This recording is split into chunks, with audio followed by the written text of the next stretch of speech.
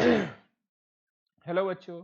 आज मैं शुरू करने वाला हूँ क्लास 10 का सीबीएसई बोर्ड से। ठीक है, आज हम लोग पढ़ेंगे linear equation in two variable. इससे पहले पॉलिनोमियल पढ़ाए थे। ठीक है, अब linear equation in two variable को पढ़ाएंगे। ठीक है, डिफिनेशन देख लेते हैं। A linear equation in a two variable x and y in an equation that can be written in the form of A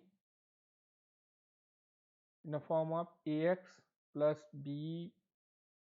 by plus c equal to 0, जहाँ पे x और y क्या है, वेरिएबल है। ठीक है, अब देखो, आप नाइन्थ क्लास में देखे हो, नाइन्थ क्लास में आप पढ़ के आए होगे। वहाँ पे टू वेरिएबल करके एक चैप्टर आता है। ठीक है, जहाँ पे ये सारी चीज़ें पढ़ाई जाती है। ठीक है, ये सारी चीज़ वहाँ पे बताई जाती है। अब इसका 2x minus 3y plus 4 equal to 0, इसका एक एग्जाम्पल है। ठीक है, ये एक एग्जाम्पल है। ठीक है, ये समझ में आ रहा है आपको। इसका जनरल फॉर्म क्या है, ए एक्स। जनरल फॉर्म क्या है, A X plus B Y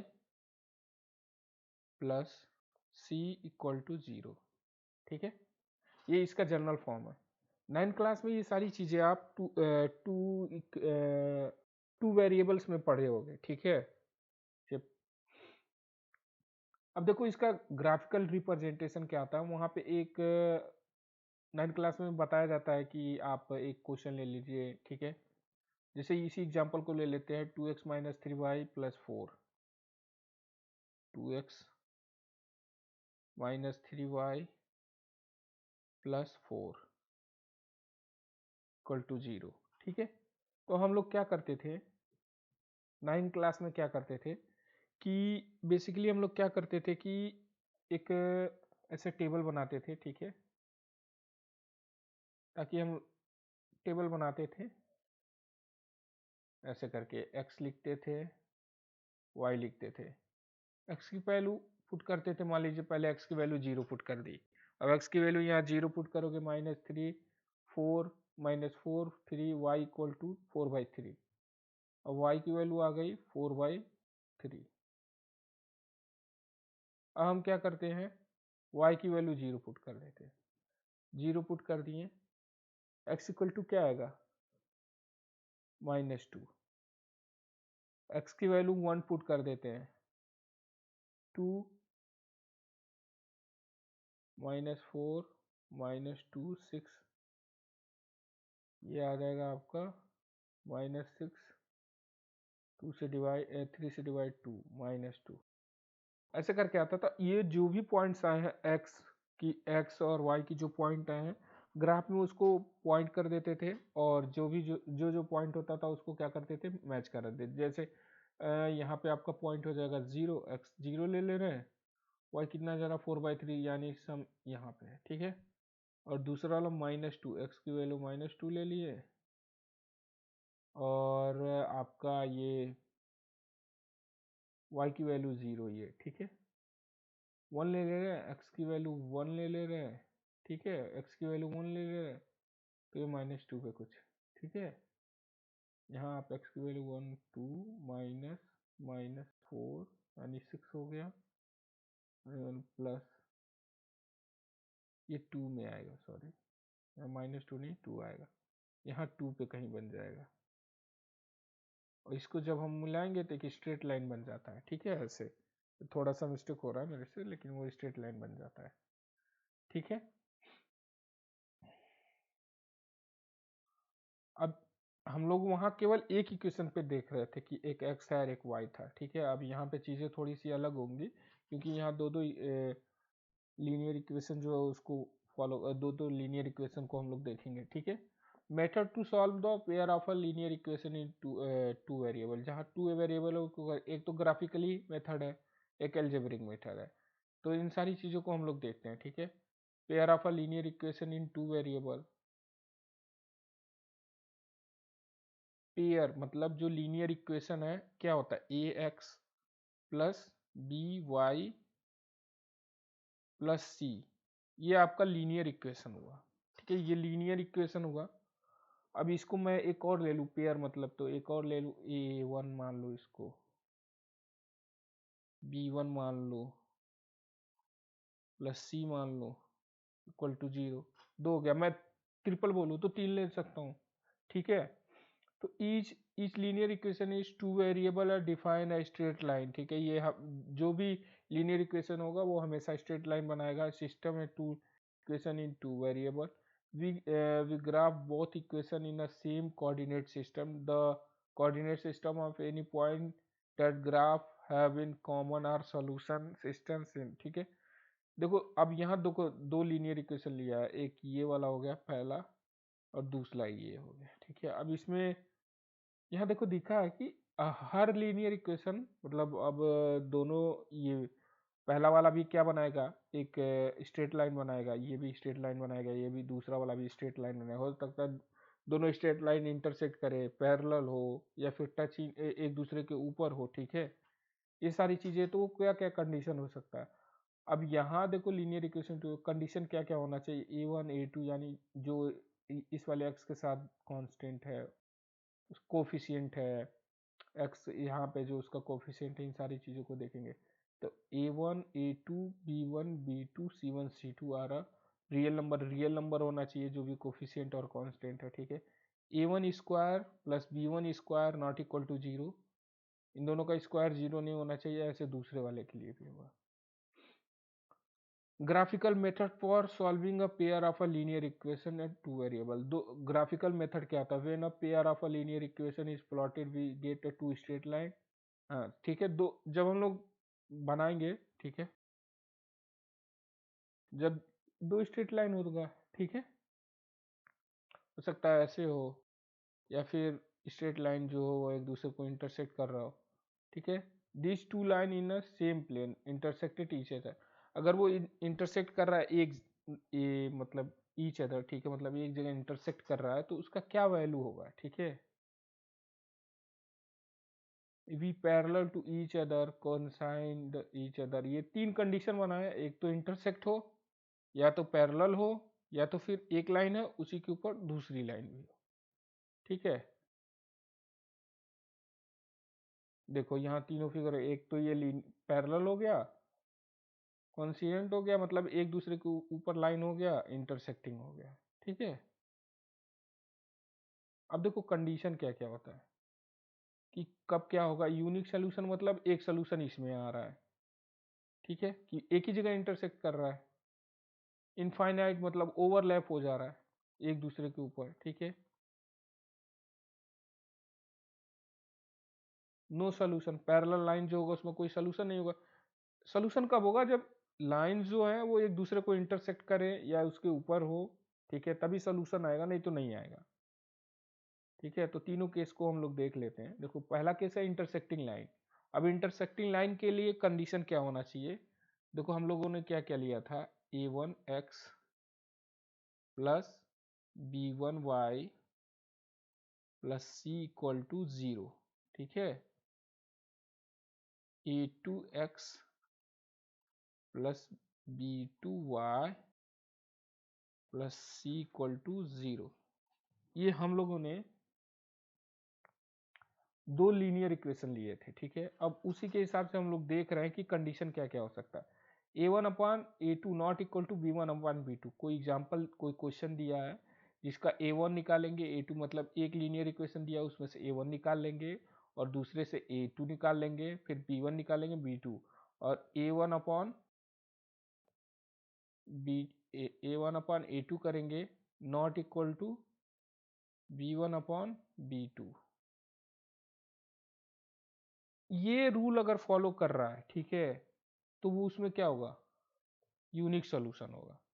ठीक है, अगर ये दोनों पेयर लीनियर इक्वेशन जो है अगर इस रूल को फॉलो कर रहे हैं, ठीक है, तो क्या होगा, इंटरसेक्टिंग मतलब एक सोल्यूशन होगा। अगर यही चीज हो A1/A2 equal to B1/B2 C1/C2। ये क्या होगा, इस पे इनफाइनाइट सोल्यूशन आएंगे।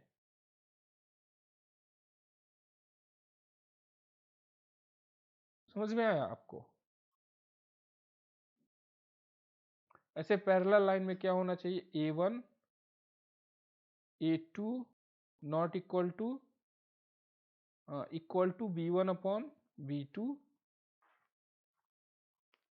Not equal to C1/C2। ठीक है, ये कंडीशन है। देखो अब पैरेलल लाइन के लिए हम लोग याद रखेंगे, पैरेलल लाइन देखो पहले तो हम लोग इंटरसेक्टिंग का याद रखेंगे, जिसमें केवल A1/A2 लेते हैं equal to B not equal to B1/B2 ले लेते हैं। ठीक है, अब वही सेम कंडीशन, मतलब वही सेम कंडीशन नहीं, अब जो इनफाइनाइट सोल्यूशन के लिए होता क्या हुआ, A1/A2 equal to B1/B2 equal to C1/C2। ठीक है, ये सारा चीज है कि देखो जो इनफाइनाइट सोल्यूशन है उसमें तो सारा इक्वल है। ठीक है, उसके बाद हम इनफाइनाइट के बाद क्या देखेंगे, नो सोल्यूशन, सीधा जस्ट उसका पूरा, एक तो बहुत सारा सोल्यूशन, एक तो एकदम बिल्कुल ही नहीं। तो उसमें क्या करेंगे, C1/C2 से पहले नॉट इक्वल टू लगा देंगे। अब बचा इंटरसेक्टिंग एक सोल्यूशन, या तो बहुत सारे सोल्यूशन या तो कोई सोल्यूशन नहीं और एक सोल्यूशन। अब बचा एक सोल्यूशन के लिए क्या करेंगे, A1/A2 B1/B2 not equal to. ठीक है, ये है। ठीक है, अब ये ग्राफ से ये सारी चीजें पता चलती है, ये ग्राफिकल रिप्रेजेंटेशन है। ठीक है, अब देखो क्या है, वन सॉल्यूशन, ये अभी मैं बताया आपको क्या होता है। ठीक है, ग्राफिकल मेथड। अब ग्राफिकल मेथड एक तो वो पता चल गया हम लोगों को। ठीक है, सॉल्यूशन कैसे आता है। ठीक है, ये कंडीशन है, ये कंडीशन तो आपको याद रखना ही रखना है, ये बहुत इंपॉर्टेंट होता है। आपको लग रहा होगा कि ये इंपॉर्टेंट नहीं है, ऐसा कुछ नहीं है, स्टार मार्क है, क्वेश्चन इससे बनते हैं। ठीक है, आपको दिमाग में ये भी रहना चाहिए, यूनिक सोल्यूशन कहने का मतलब क्या हुआ कि इंटरसेक्ट हो रहा है। ठीक है, ये वाला ऐसे कुछ करके ग्राफ बनेगा। फिर उसके बाद नो सोल्यूशन कहने का मतलब क्या है कि दोनों लाइन एक दूसरे से कहीं टच ही नहीं हो रहा है। और इनफाइनाइट सोल्यूशन होने का मतलब एक दूसरे के ऊपर चढ़ाई कर दिए हैं। ठीक है,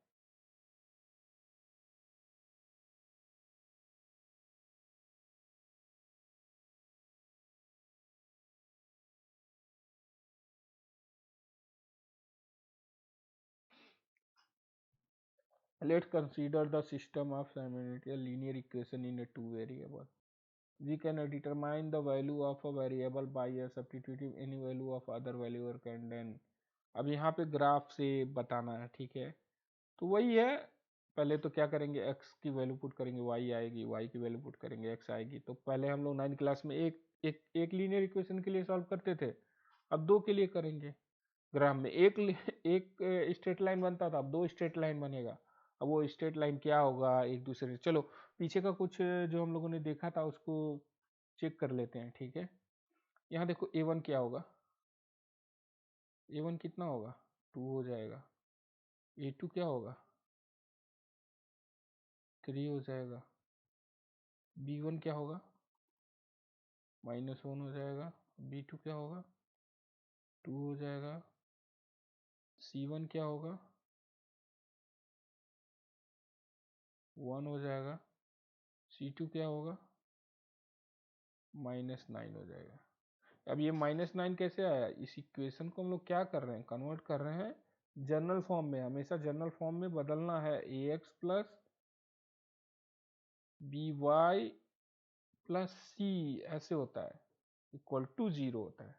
जनरल फॉर्म के रूप में कन्वर्ट करना ही है। ठीक है, ये समझ में आ गया आपको। ठीक है, अब हम लोग चेक करते हैं कि क्या होगा ये। कोई बहुत सारे सोल्यूशन के लिए क्या होता था, सारा इक्वल हो, तो 2/3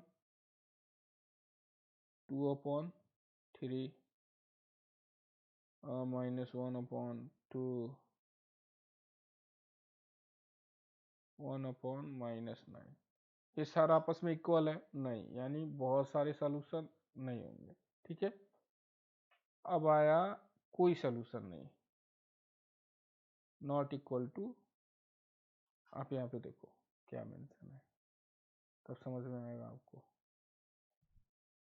एक तो हो गया बहुत सारे सॉल्यूशन, एक तो कोई सॉल्यूशन ना हो। ठीक है,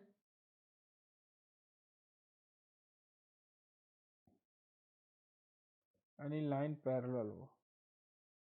ठीक है,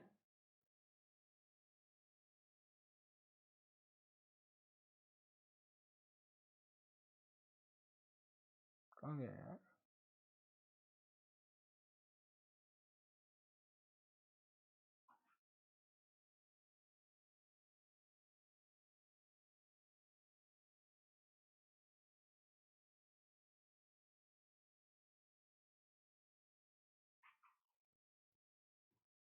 तो देखो इसमें तीनों नॉट इक्वल टू हो जा रहा है, तो नो सॉल्यूशन वाला भी नहीं होगा। अब बचा a1 upon a2 not equal to b1 upon b2, क्या हो जाएगा, यूनिक सॉल्यूशन, एक ओनली वन सॉल्यूशन।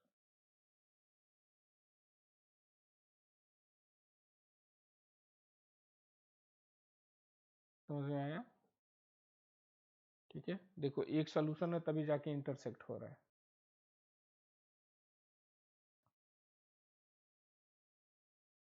ठीक है, चलो बच्चों आज के वीडियो में अभी के लेक्चर के वीडियो में इतना ही रहेगा। ठीक है, आगे के वीडियो जो आएंगे उसमें आगे का इसका बता दूंगा मैं। ठीक है, ओके, चलो बच्चों ठीक है, आप अपने बोर्ड की अच्छे से तैयारी करो। ठीक है, कुछ और पूछना तो आप मुझसे पूछ सकते हो। चलो ठीक है, थैंक यू।